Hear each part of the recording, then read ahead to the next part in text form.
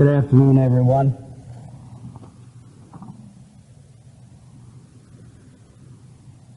I think you've been, for the past few weeks, we've been subjects on Passover preparation and on the importance of putting out the leaven that exists in our homes in the physical sense.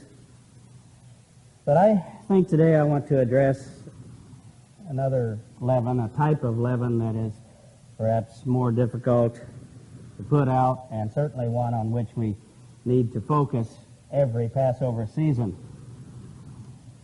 Mr. Aparkian has touched on this and perhaps covered it even better than I will, I think, in his sermon on forgiveness that was given a couple weeks ago. But I want to continue to pursue the matter in just a little different way. Jesus Christ said that the mark of brotherhood in Christ is our love one of another. I think I've mentioned before how in 1958, after Dick Armstrong had involved in a crash on the highway on a baptizing tour, this would have been in July, I believe, of 1958. I was in Springfield, Missouri, with Dick Armstrong's brother Ted during the summer for a campaign, an evangelistic campaign, when the Springfield, Missouri church was raised up. And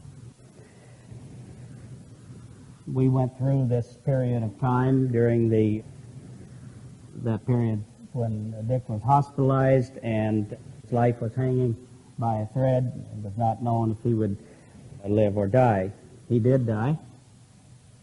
And I was there with Ted when he got the call from Pasadena that his brother had died, and of course it was a very traumatic experience to go through for him as well as those of us working with him at that time. But after the campaign, I went back down to Arkansas where my mother and father lived and did some work on their home, and the letter came from Pasadena announcing Dick's death, a co-worker member letter actually from Mr. Herbert Armstrong. My mother picked it up. I guess I left it lying on the table or on the dresser or whatever, and my mother picked it up and read it. She was not a member of the church, and I was unaware that she had read it, so I went to the kitchen where my mother was washing dishes at the sink, and I noticed that she was crying. Tears were running down her face, and I was surprised and also not unsure of what was going on. And I said, "Mother, what's wrong?" And my mother was the type of person who was not terribly communicative. She could talk, but she was not one to just babble on and on and on and just chatter. And sometimes when she was emotional about a thing, she was prone to just closing her mouth and kind of just keeping it all within. And typically she shook her head, "Oh, nothing." And I was persistent, though. I wanted to know. And I said, "Well, Mother, something's wrong. What's wrong?" And she said, "Well, I just read about Dick's death." And she said, "I know what you all mean to each other." This surprised me because I didn't understand or dream that my mother understood that there was this special bond that we had in church in those days, and I would not have guessed that she understood how much the death of one in the ministry would mean to the rest of us. John 13:35, though, Jesus said this is the mark, this is the sign of our brotherhood. In John chapter 13, verse 35, Jesus said, "By this shall all know that you are my disciples, if you have love one to another." Also, Jesus said something very similar in John chapter 17, verse 20 through 21. He said, "I do not pray for these alone," this is as Christ is about to be crucified, "but also for those who will believe in me through their word." That means you, and it means all of us down through time who have been converted and become believers in Jesus Christ. I do not pray for these alone, but also for those who will believe in me through their word, their preaching of the gospel, that they all may be one, as you, Father, are in me, and I in you, that they also may be one in us, that the world may believe that you sent me. And so Jesus said that the mark or the sign of our fellowship with him and the brotherhood is a love and affection one for another. And he also now has said that we are to become one with him as he and the Father were at one. In John chapter 15, verse 17, Jesus commanded, in effect, literally commanded that we are to love one another. Here's what he said, John 15:17. These things I command you, that you love one another. So we don't have a choice in the matter. It is the mark or the trademark or the stamp that exists on those who are members of the family and the body of Christ. We are commanded to love one another.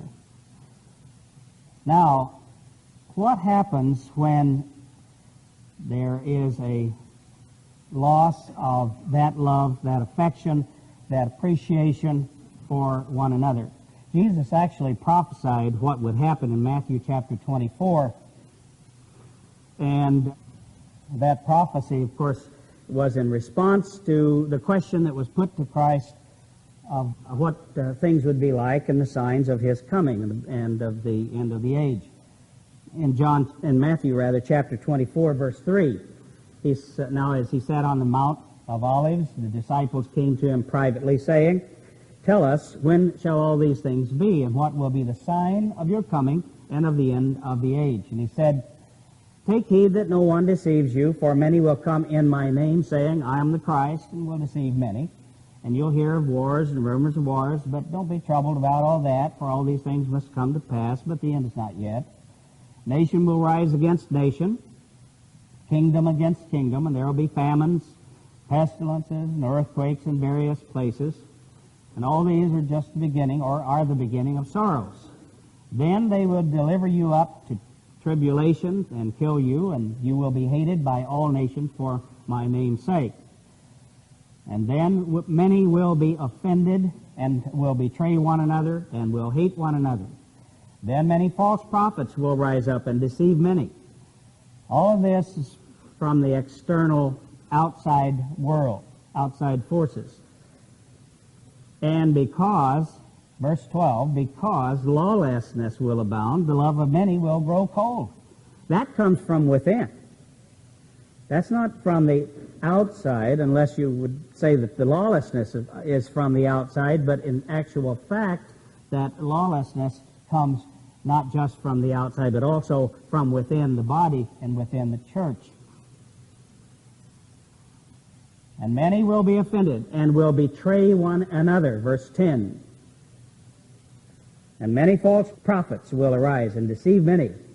But verse 12, then lawlessness will abound, the love of many will grow cold, but he who endures to the end shall be saved. Verse 14, and this gospel of the kingdom will be preached in all the world as a witness to all the nations, and then the end will come.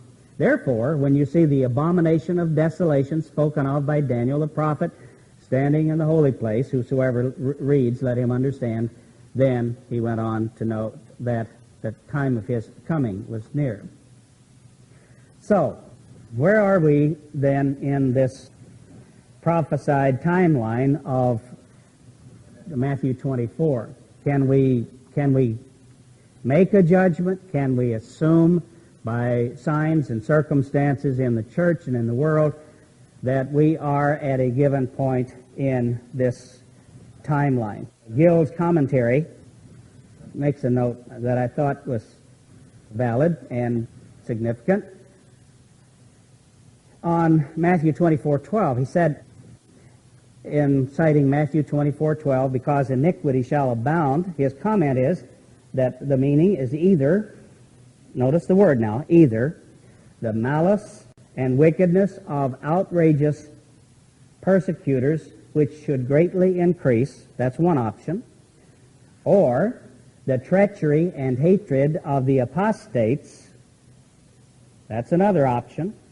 Or the errors and heresies of false teachers, which I take it would be from, maybe even from within. That's the third option. Or the wickedness that prevails in the lives and conversations of some that were called, or nominal, Christians. That's the fourth. Now then, he goes further in his comments to say, each of these seem to be hinted at in the context. So there's reason to believe or suspect that any one of these four could be what is in the mind of Christ when he made the statement.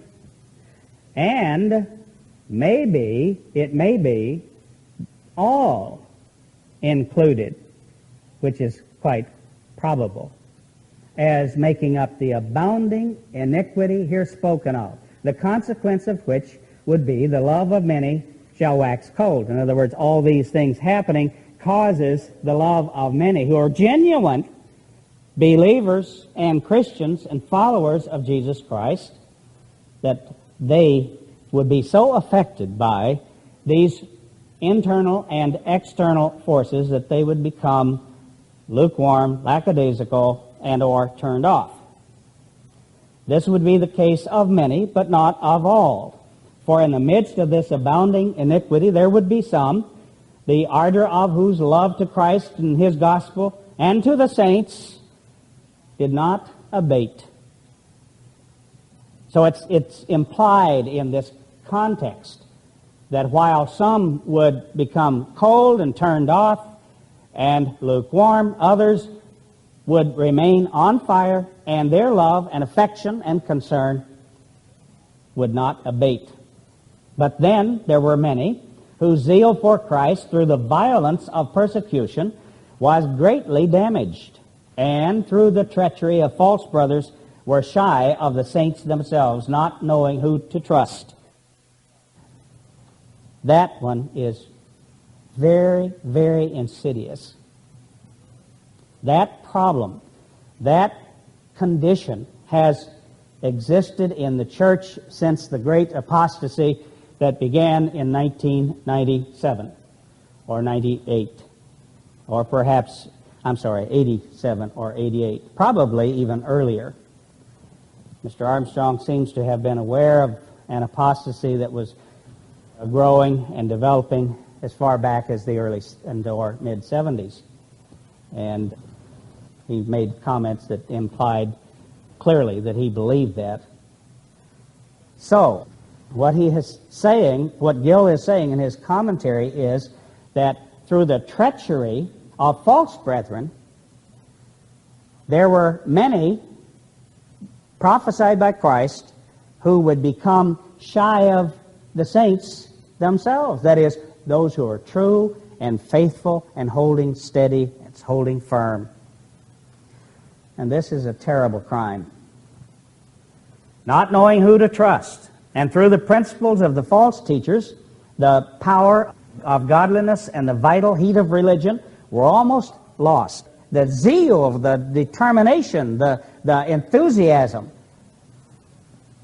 for Jesus Christ and that commission which he had given was almost lost. And through a love of the world and of carnal ease and pleasure, love to the saints was grown very chill and greatly left, as the instances of Demas and those who forsook the Apostle Paul at his first answer before Nero as an example of evidence of that. This might be true of such who were real believers in Christ, who might fall under great decays through the prevalence of iniquity, since it does not say their love shall be lost but wax cold. In other words, they were not deceived. They still knew the truth. They were not confused in the fundamentals. They knew and are accountable. My words. End of Gill's comment. This is the time of year when each of us should examine himself or herself by the standard of measure that was given by Jesus Christ. Now, early in his teachings, Jesus established his focus. Any leader must establish first the focus of his program. If he's going to have followers, believers and followers who truly believe and support what he's doing, he has to shape a focus, and they have to glimpse or understand at least a portion of his focus, to buy into it and to believe it. But early in his teaching, Jesus established his focus. It's very, very simple, and it's very, very clear. Matthew chapter 5, verse 43. In the beginning, when Jesus began to teach on the moral, if you call it moral and spiritual attributes, the moral and spiritual picture of what he expects, what he expected, what he was believed, and what he was, he said. And this reveals his character. Matthew chapter 5, and I'm going to skip over the first portion for the sake of time, but let's pick up in verse 43.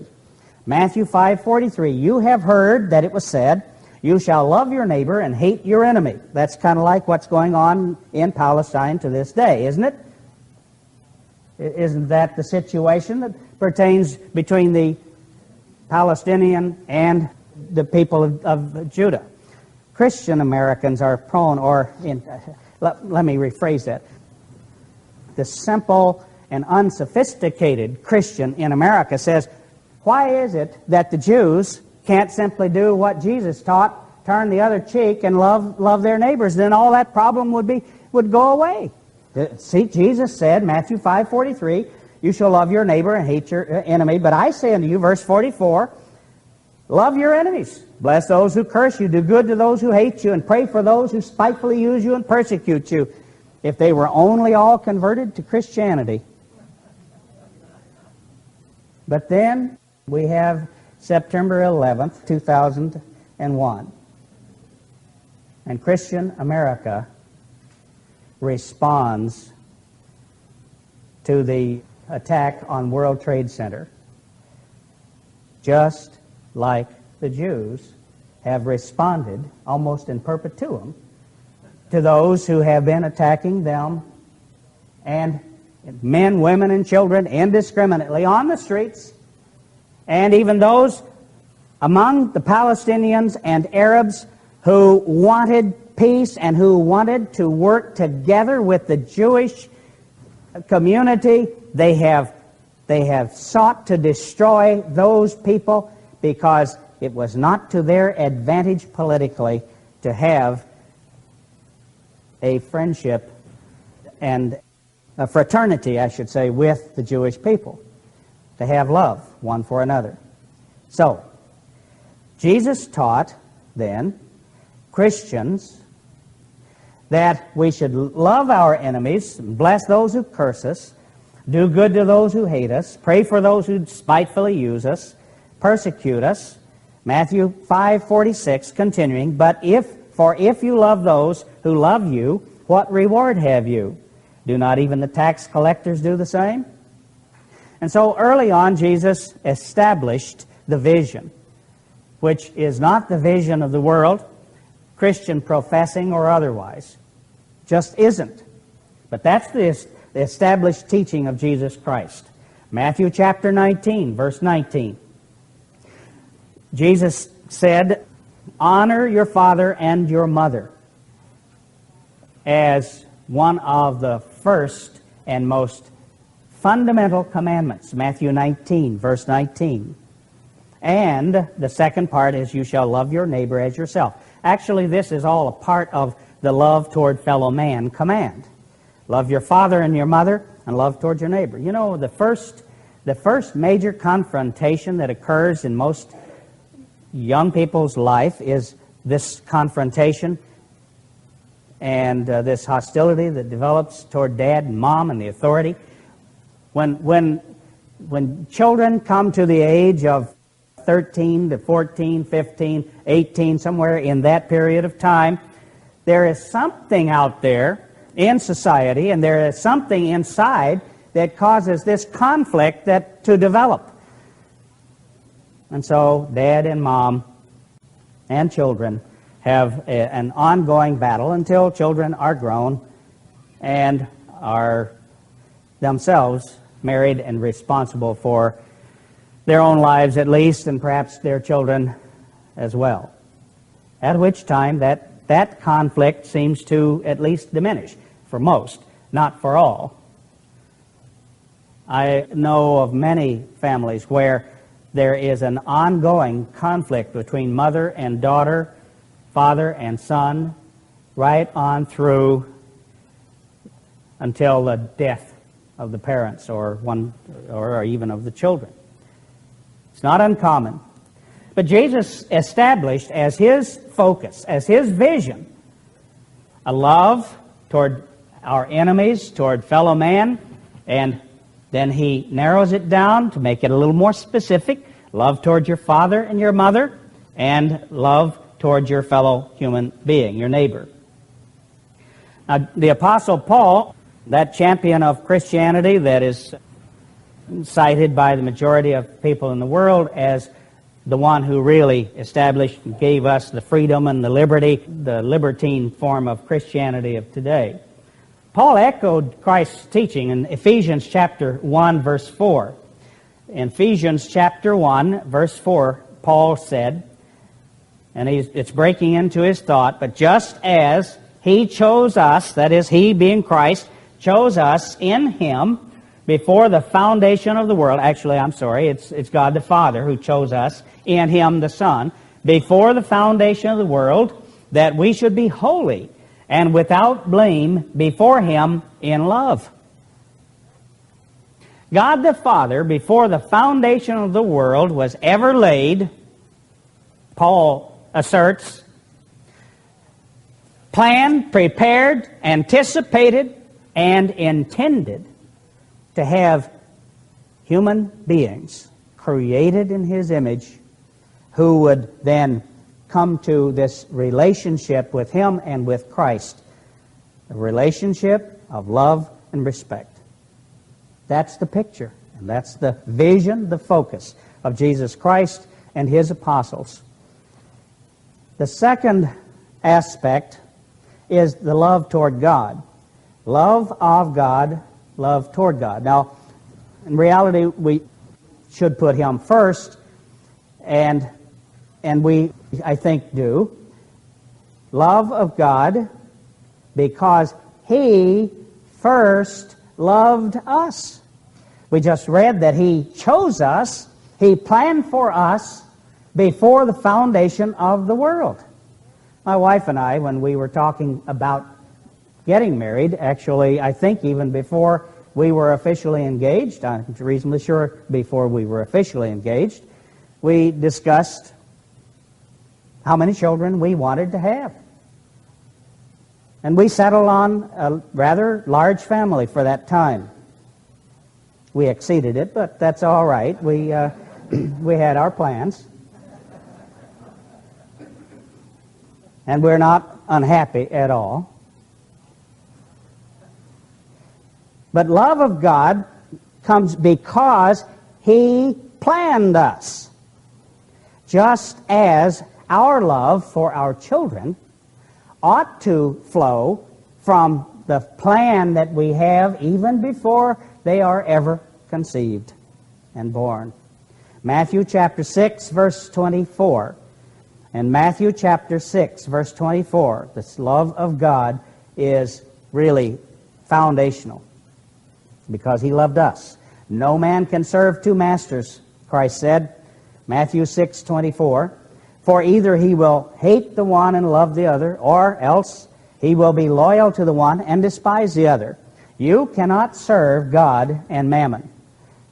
That is, you cannot serve the things of this world, the riches and the things that riches buy. We're talking about making it, in effect, your God, putting it first in your life. You cannot do it, he says.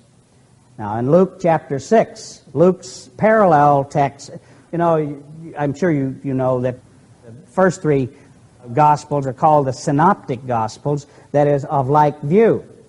The fourth Gospel, some people, critics even, especially, refer to the Gospel of John as the ungospel of John, of all things.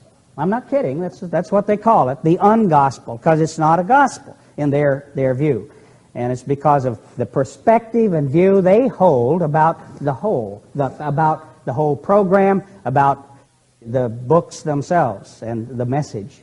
But in Luke's account, Luke 6, verse 23, Jesus said, "But I say to you," as recorded by Luke, "But I say to you who hear." Now there's a distinction between those who hear and understand and those who hear and don't understand. Jesus was speaking to those who understood what he was preaching. And that's why he phrased it this way. I say to you who hear, those of you who understand what I am saying, as opposed to the others who were just hearing and it went in one ear and out the other because they have air inside up there, you know, airheads. I say to you who hear, those you who understand, love your enemies, do good to those who hate you, but if you love those who love you, what credit is that to you? For even sinners love those who love them. I would imagine even those who are out there and today involved in plotting and carrying out these massacres and these acts of aggression against men, women, and children, innocent victims in public places. I suppose they love one another of a sort. 6 verse 35, "But love your enemies, do good and lend, hoping for nothing in return, and your reward will be great," Christ taught. "And you will be sons of the Most High, for He is kind to the unthankful and evil." Amazing. That's incredible. God the Father, and Jesus is pointing to God the Father, the one that most people think is that harsh, stern God that they cannot really relate to. Jesus said He is kind to the unthankful and evil. It reminds me of a story William Bennett quotes in his book on the moral compass. It's entitled, "God Will Provide." This Mexican folk tale is an adaptation of Aesop's Hercules and the Wagoner. It teaches the age-old moral that God helps those who help themselves. Good hard work is often the best way out of a tough spot. The story goes, one sunrise, 2 neighboring farmers set out for market in their town. Their wagons were piled high with tomatoes so that would ripen quickly in the hot noonday sun, so they pushed their horses steadily all morning, not wanting their precious cargoes to spoil on the way. But the poor beasts were tired by the time they reached the steepest hill outside town, and strain as they might, they could not get up the slope. The wagons sat at the bottom of the hill with the climbing sun beating down mercilessly. "There's nothing to do but let them rest," said the first farmer, shrugging. "And come to think of it, I could use a little siesta myself. We've been on the road since sunup. I think I'll lie under this tree for a while." "But you can't," his companion exclaimed. "By the time you wake up, your load will be ruined." "Don't worry, my friend. God will provide. He always does. I'll just say a few prayers before I doze off." And so he rolled over on his side with a yawn. The second farmer, meanwhile, strode to the back of his wagon and, putting his shoulder to the rear, began to shove as hard as he could. He yelled at his horse to pull forward, but to no avail. He pushed till the veins stood out on his neck, and he cursed at the top of his lungs, but his cart ascended the hill not 1 inch. Just then the Lord and St. Peter passed along the road, as they sometimes did, for often they walk abroad in order to look into men's hearts. The Lord saw the frantic, swearing farmer struggling with his load. He smiled and laid a kind hand on the wheel, and all at once the cart rose and flew up to the top of the hill. The Lord passed on with St. Peter at his side. The gatekeeper's gaze bent downward as if he were pondering their every step. "I don't understand," he said at last. "Why did you help that man? Even as we came upon him, we heard him cursing most irreverently. And yet you did not help his friend who offered prayers for your help. The Lord smiled. The man I helped cursed, it's true, but not with his heart. That is just the way he talks to his horse. In his heart, he was thinking fondly of his wife and children and aged parents who depend on his labor and need him to return with some profit for his toil. He would have stayed there pushing all day. His friend, on the other hand, calls on me only when he believes he needs me. What he thinks of is sleep, so let him have his nap. Now, we might not agree totally with fable, but there's an excellent lesson in that. Actually, we'll see how that is borne out. Jesus said in Mark chapter 12, verse 30, "You shall love the Lord your God with all your heart, with all your soul, with all your mind, and with all your strength. This is the first commandment." Now, this was in response to the lawyer who was challenging Jesus on a matter of law, who had defined the law of God, and then Jesus responds. So the first commandment is to love the Lord your God with all of your heart, soul, and mind, and all your strength. Verse 31, "And the second is like unto it," or is like this: "You shall love your neighbor as yourself. There is no commandment greater than these." So there are other commandments, but there is none greater than these two.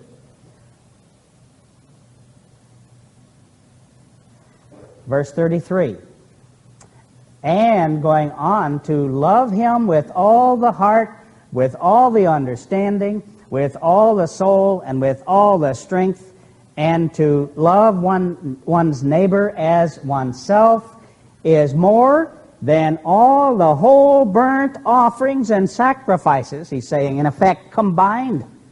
All of these burnt offerings and sacrifices combined is less than loving God and loving fellow man, loving your neighbor, said Jesus, according to Mark's Gospel. Luke added something interesting in verse 42 of Luke chapter 11, verse 42. Jesus said to the Pharisees who were into burnt offerings and sacrifices and tithing mint and anise, little technical things that are being very meticulous about doing the technical things. Jesus said to them in Luke 11, verse 42, "But woe to you, Pharisees, for you tithe mint and rue and all manner of herbs and pass by justice and the love of God. These you ought to have done without leaving the others undone." So Jesus quite bluntly then addressed that group of hypocrites early in his gospel, early in his teaching, very clearly and very plainly, and he called them who and what they were. In John's account, now again, John is not a synoptic gospel. There is a different focus in the book of John. Although John begins with the early ministry of Christ, it's interesting how John is the only one of the gospel writers who speaks of the marriage at Cana and the miracle, the first miracle Jesus performed of turning water into wine. John's the only one who has written of that. And that was early in his ministry. I think it's the third day, it says. So we cannot say that John was not there based upon his writings and his view, right? He was there from the beginning. No question about it. John was there, but when John began, or when he wrote, it was so much after we would understand. The others had been written. He probably had access to what had been written by Matthew, Mark, and Luke. And he saw some very important items and issues, not only that had been left out of their gospel accounts, but also issues that were significant at that time, perhaps 30 or even 60 years after the death of Christ, 90 A.D. And by that time, there were many things that had happened within the community, within the church, and many had lost their love for the ministry of Christ and for Christ himself. Many had already been turned cold because of persecution and many of the things that Jesus had prophesied would happen. Now then, John early on speaks of Jesus Christ confronting the Pharisees who were hypocrites. John 5:42, Jesus said to them, John 5:42, "But I know you, that you do not have the love of God in you." Now, he got right to the heart and core of the matter. The problem they had was they didn't love God. The fundamental is first love toward God and then love toward fellow man, but they didn't have love toward God or love for God. In John chapter 8, verse 42, John recounts, Jesus said to them, again, the scribes, Pharisees, the hypocrites, the lawyers, "If God were your Father," as they were claiming, "if God were your Father, you would love me.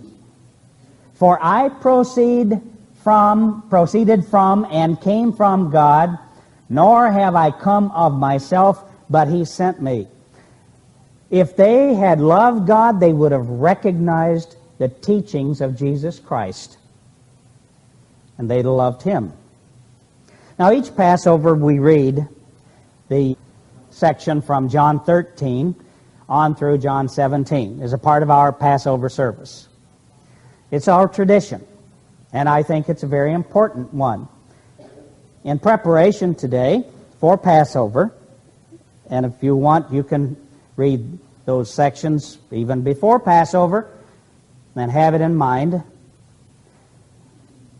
But certainly we will read selections from John 13 through 17, possibly even on into chapter 18.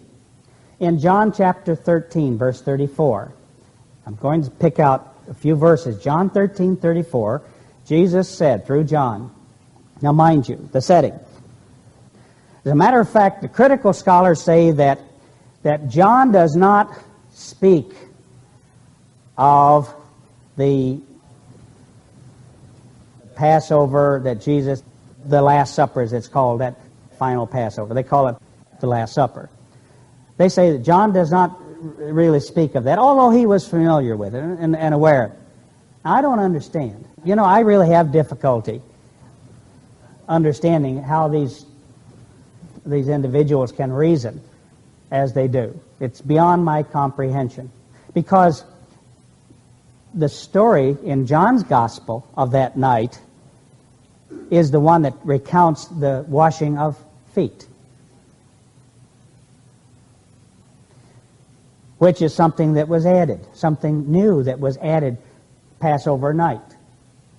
The act of humility, the act of service that Jesus instituted that night was new to the Passover service, and it was added by Jesus.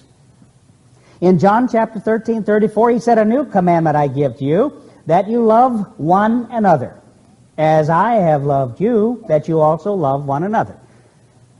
Now, this new commandment, and it is a new commandment, is new because it is ever new, first. And it's new, secondly, because it was never done under the Old Covenant. It was just words. Oh, sure. You can read in Leviticus, what is it, Leviticus 19:18, where he says that you're to love your fellow man as yourself. I believe that's where it is. Maybe wrong. I've looked it up in a while. Should. And it was understood, but it was just words, because they never practiced it, and it was not inculcated into the culture of the community of Israel, because the way the system was established and or designed, or the way it was implemented, perhaps. So Christ said, "A new commandment I give to you, that you love one another as I have loved you," which means laying down one's life for others. That's how you're to love one another. John 13:35. "By this all will know that you are my disciples, if you have love one for another." I read that, commented on that earlier. John 14:15. "If you love me, keep my commandments." 14:21. "He who has my commandments and keeps them, it is he who loves me." That's the litmus test. "And he who loves me will be loved by my Father, and I will love him and make myself known to him." John 14:23, Jesus answered and said to the one question, "If anyone loves me, he will keep my word, and my Father will love him, and we will come to him and make our home with him," or abide with him. Christ and the Father, one, same spirit, same attitude, the same focus, same vision. John 14, verse 24. "He who does not love me does not keep my words, and the word which you hear is not mine, but the Father's who sent me." So Jesus was mirroring the Father's mind and attitude, teaching, and thought. John 14:31. "But that the world may know that I love the Father, and as the Father gave me commandment, so I do. Arise, let us go from hence." So Jesus was doing what the Father had given him to do, responsive to being instructed and led. John 15, verse 9. "As the Father loved me, I also have loved you. Abide in my love." Verse 10.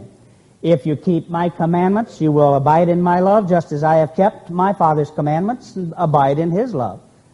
Verse 12. "This is my commandment, that you love one another as I have loved you." Verse 13. "Greater love has no one than this, than to lay down one's life for his friends." Verse 17. "These things I command you," John 15:17, "that you love one another." John 15:19. "If you were of the world would love its own. Yet because you are not of the world, but I chose you out of the world, therefore the world hates you." There's this difference, this dichotomy between those who have love one for another, and who love and forgive and pray for those who persecute and seek to destroy them, and those who don't. In John 21, verse 15. John chapter 21, you understand the background, it's after Jesus had died and been resurrected. Peter had said, "I'm going fishing. Jig's up, it's over, I'm going fishing." It's all over. Program ended, Jesus is dead. And so Thomas and Nathaniel, the sons of Zebedee, and two others of his disciples were together, and they all said, well, let's go along too. All right, now let's see. There's Simon Peter, Thomas, Nathaniel, and the two sons of Zebedee. That's 5 of the 12 disciples. And Peter led them right out into the boat. You think you know where I'm going. Same place they went. They lost the focus. They lost the vision. Peter was the leader of that loss of vision. And they fished all night and caught nothing. So the next morning Jesus stood on the shore, and they didn't know that it was him. And he said to them, "Children, have you any food?" They answered, "No." So he told them how to catch some fish. And they caught so many they almost swamped the boat. And then, verse 7, that disciple whom Jesus loved said to Peter, "It is the Lord." Now, that disciple was John, who was writing the story. And he was kind of modest, and it was understood in those days that would be the right thing to do. Not to say, I, being the one Jesus loved. John was not that brash. Peter might have said that, not John. But John said, "It is the Lord." Now when Simon Peter heard that, he heard that it was the Lord, he put on his outer garment, he had removed it, and plunged into the sea. I'm not sure if at first he was expecting to drown, or if something else was in his mind. Probably it was his haste to get to shore. But the other disciples came in the little boat, for they were not far from land, about 200 cubits, and they were dragging the net with fish, take it with the little boat. Then as soon as they had come to land, they saw a fire of coals and fish laid on it, and bread. So Jesus had been fishing with nothing, just caught the fish. I wish I could do that. I've gone fishing a lot of times, and I've come home empty-handed, and I've used all kinds of contraptions and devices and lures, and I've never used dynamite yet, but I hear it works. And Jesus said to them, "Bring some of the fish which you have just caught." Simon Peter went up and dragged the net to land full of large fish, 153. And although there were so many, the net was not broken. And Jesus said, "Come and eat breakfast." Yet none of the disciples dared ask him, "Who are you?" knowing that it was the Lord. And Jesus then came and took the bread and gave it to them, and likewise the fish. Now this is the third time that Jesus showed himself to his disciples after he was raised from the dead. Now that's significant. Verse 14 is important, and that's why it's mentioned. This was the third appearing. You'd think that after the first and the second, they would have caught the vision. The story's not over. The effort is not finished and not doomed. The program is not ended. The work isn't over. And Peter had lured four of the other disciples, at least, into thinking the work was finished. This is the third time that Jesus had appeared to them since his resurrection. Then Jesus said to Peter, "Simon, son of Jonah, do you love me more than these?" And Simon said, "Yes, Lord, you know that I love you." And Jesus said to him, "Feed my lambs." And then he said a second time, "Simon, son of Jonah, do you love me?" And he said in return, "Yes, Lord, you know that I love you. Well, tend my sheep." And he said to him the third time, "Simon, son of Jonah, do you love me?" And Peter was grieved because he said to him the third time, "Do you love me?" And he said to him, "Lord, you know all things. You know that I love you." And Jesus said, "Feed my sheep." Catch the vision, he is saying to him. Get with it. Why are you out here fishing? You have a job to do. If you really love me, don't lead my disciples off in some other effort, in some other direction, in some other vision, with a different focus. Most assuredly, he said to him, "I say to you, when you were younger, you girded yourself and walked where you wished. You were an independent young sort. You had a mind of your own, and you did what you wanted to do. But when you are old, you'll stretch out your hands, and another will put your clothes on and carry you where you do not wish."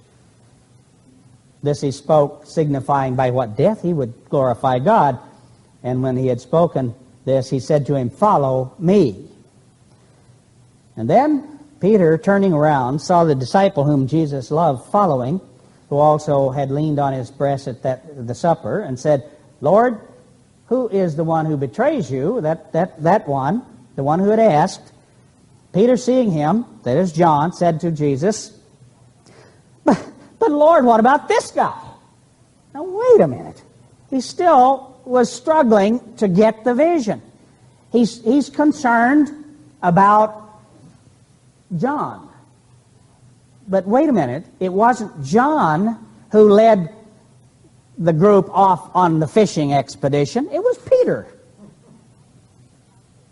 Now Peter's, I take it from this, Peter is, in effect, trying to justify himself and at least get some of the blame put off onto John for going fishing. Don't you imagine? Doesn't that seem to be the motive? I think so. Lord, what about this man? If I'm going to die this horrible death and I'm going to be totally dependent on somebody to even dress me, what about this one? And then Jesus said to him, if I will that he remain till I come, what is that to you? You follow me. And then some of those who heard this saying, verse 23, went out among the brethren that this disciple, that is John, would not die. They missed the point. They totally misunderstood and missed the point of all of this exchange. Jesus did not say to him that he would not die, but here's what he said. If I will that he remain till I come, what is that to you, Peter? You have a job to do. And so get on with it. This is that disciple who testifies of these things and wrote these things, and we know that his testimony is true. And many other things, of course, that Jesus taught. Now, God the Father has called us out of the world while we were yet sinners. We didn't deserve it, none of us. And upon our repentance and submission to Him, He has given us His Spirit, which provides for us so that the tools, the means whereby we can inculcate, that is, to have the nature of God imprinted on us. We have the nature of man by birth. We can have the nature of God by a second birth, as Jesus explained it to John. We can have it by the Spirit of God and a rebirth experience process. But God loved us while we were yet sinners. And furthermore, Jesus died for us while we were yet sinners in order to make provision for us to be reconciled to God the Father. Romans chapter 5, verse 5. Romans 5:5. Now hope does not disappoint, Paul wrote, because the love of God has been poured out in our hearts by the Holy Spirit given to us. Verse 8. But God demonstrates His own love toward us in that, while we were still sinners, Christ died for us. Romans 5:8. While we were still sinners. But now, sometimes I am appalled at how difficult it seems for us to forgive one another. God has forgiven us before we ever repented, and sometimes we cannot forgive others who have repented. It's quite a contrast in character and nature. A big part of my job, and a big part of the job of the ministry, is trying to help people disengage from their combat. Mr. Meredith gave me a letter, a couple letters, before he left to deal with, to answer for him. And it is all from an individual who is judging others, including the ministry serving him, an individual who is presumptuous, self-righteous, and who will simply not forgive and turn loose of it. You know, a big part of the problem stems or begins at home. It begins in the marriage relationship, the relationship we have, husbands and wives. Kind of reminds me of the story someone told me about these three stockbrokers after the recent collapse of the stock market, who were meeting in a bar in New York City, and one of the men was from Michigan, one was from Florida, and one was from Wyoming. And they started talking about their problems with the downturn in the economy, and then the problems just shifted right over to their problems with their wives because, of course, having been real high rollers and making millions and having lost millions, they were faced with some serious cutbacks in their own personal economy. And so this guy from Michigan began by saying, I told my wife in no uncertain terms that from now on she would have to do her own cooking. Well, the first day after I told her, I saw nothing. The second day I saw nothing, but on the third day when I came home from work, the table was set, a wonderful dinner was prepared with wine and even dessert. And then the man from Florida spoke up and he said, yeah, he said, I've had a similar experience. I sat down my wife and told her that from now on she would have to do her own shopping and also the cleaning. The first day I saw nothing, and the second day I saw nothing, but on the third day when I came home, the whole house was spotless and the pantry shelves were filled with groceries. Then the fellow from Wyoming was married to this very self-sufficient Montana gal, you know, who grew up on the ranch, who broke horses for a hobby. Well, this Montanan who married to this gal, he sat up straight on the bar stool, pushed out his chest, and he said, well, I gave my wife a stern look and told her that from now on she would have to do the cooking, shopping, and house cleaning. Well, the first day I saw nothing, and the second day I still saw nothing. But by the third day I could see a little bit out of one eye.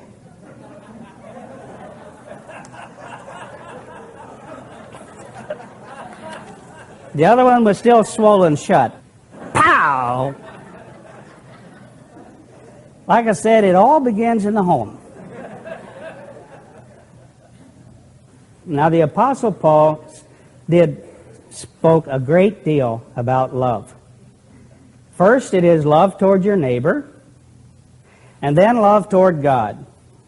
1 Corinthians chapter 13, the Apostle Paul speaks, it's called the love chapter. Throughout the whole chapter, he deals with the importance of love. In verse 8, he said, love never fails. Prophecies, they come and go. Tongues, they're going to cease. Knowledge, it'll all vanish away. I mean, all that we struggle to learn in this life, in the world to come, it's going to be insignificant. All the battles and all the examples that we know of will all be totally gone. And love will remain. But how do we affirm our love toward fellow man? Well, Mr. Parthian dealt with that in his sermon a couple weeks ago. It's first of all to forgive. Forgive others and forgive ourselves. Or allow God to forgive us, better yet. But how is the love of Christ and the Father, God the Father, applied to all of us? Paul answers this in 2 Corinthians chapter 5, verse 14. And you know what? The answer is in response to a situation that had occurred, that was dealt with in his first letter to the church at Corinth concerning the man who was married to his stepmother, who had apparently taken his stepmother away from his father and was living in adultery with her. And thus the second letter to the church at Corinth is dealing with, in part at least, the attitude of that congregation and those people in those congregations, because I suspect there were more than one, who could not overlook, could not forgive, could not put in the past the sins of that man who had now repented. And so the Apostle Paul, in addressing that problem in that church, wrote in 2 Corinthians chapter 5, verse 14, that they were to forgive him, for the love of Christ compels us, because we judge thus, that if one died for all, then all died. If Jesus Christ died for my sins, and He died for all, He died for your sins, and I can't deny you that. Nor can you deny me that Jesus Christ died for my sins. You may not forgive me, but He died for my sins. This is what Paul is saying.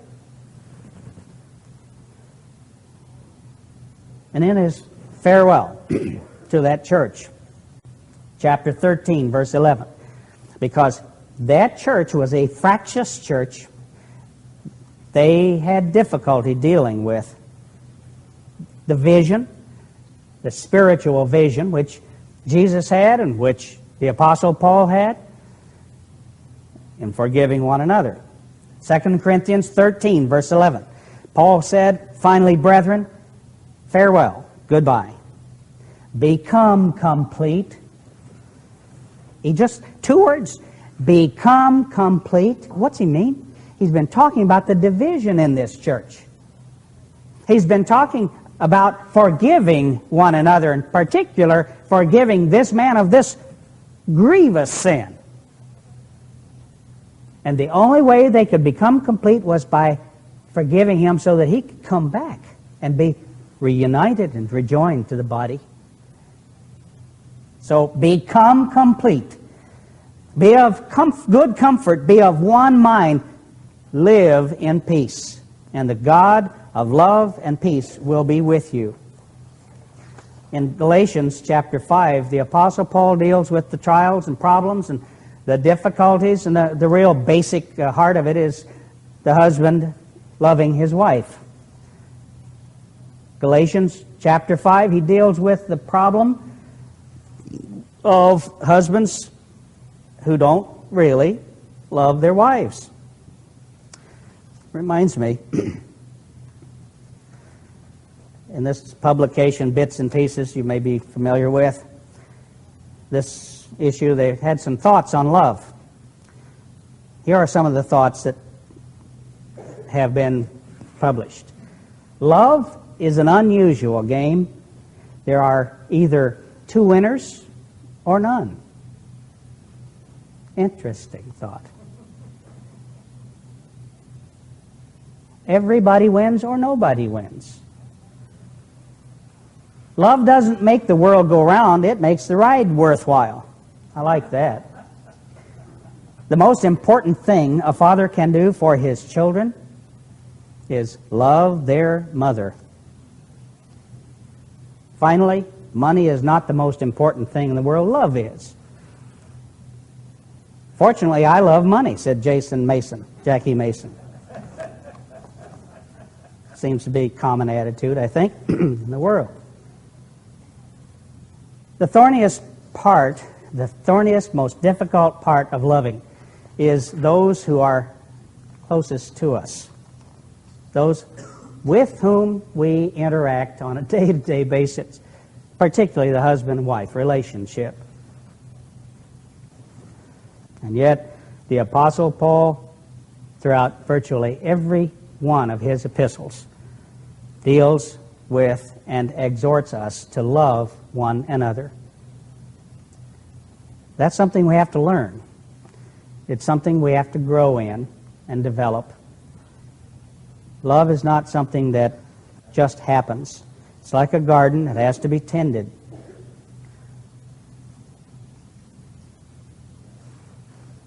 In summary, God has loved us and called us to receive sonship, to become a son of God, a brother of Jesus Christ, to become a part of the family that has existed for eternity, and a family with such awesome power and capacity is beyond our comprehension. There's no way we can comprehend it. We're like that little chick that is inside of that shell, that egg shell, and we're just bursting to get out. We just are dying to get outside that shell, but we can't comprehend what that world is like out there. The real big world.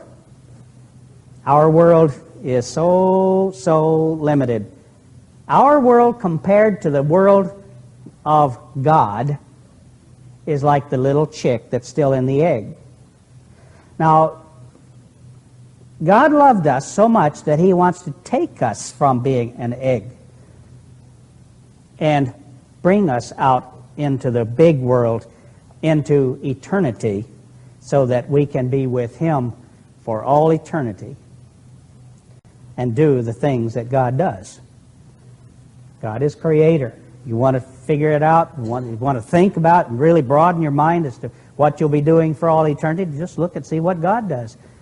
Because that's what we're going to be doing. In part, at least. Jesus divested Himself of His eternal divinity to become a man and to pay for our crimes, that we might be reconciled to God the Father and become His sons. Jesus did that while we were yet criminals, while we were yet dirty, rotten, wretched, miserable, filthy individuals in comparison to God.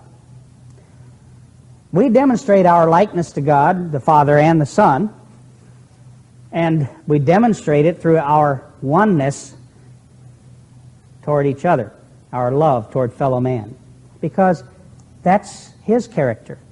That is the nature of God, and the nature of God and the Son. So the more we become like Him, the more we become like Christ, then the more we are giving and loving one another.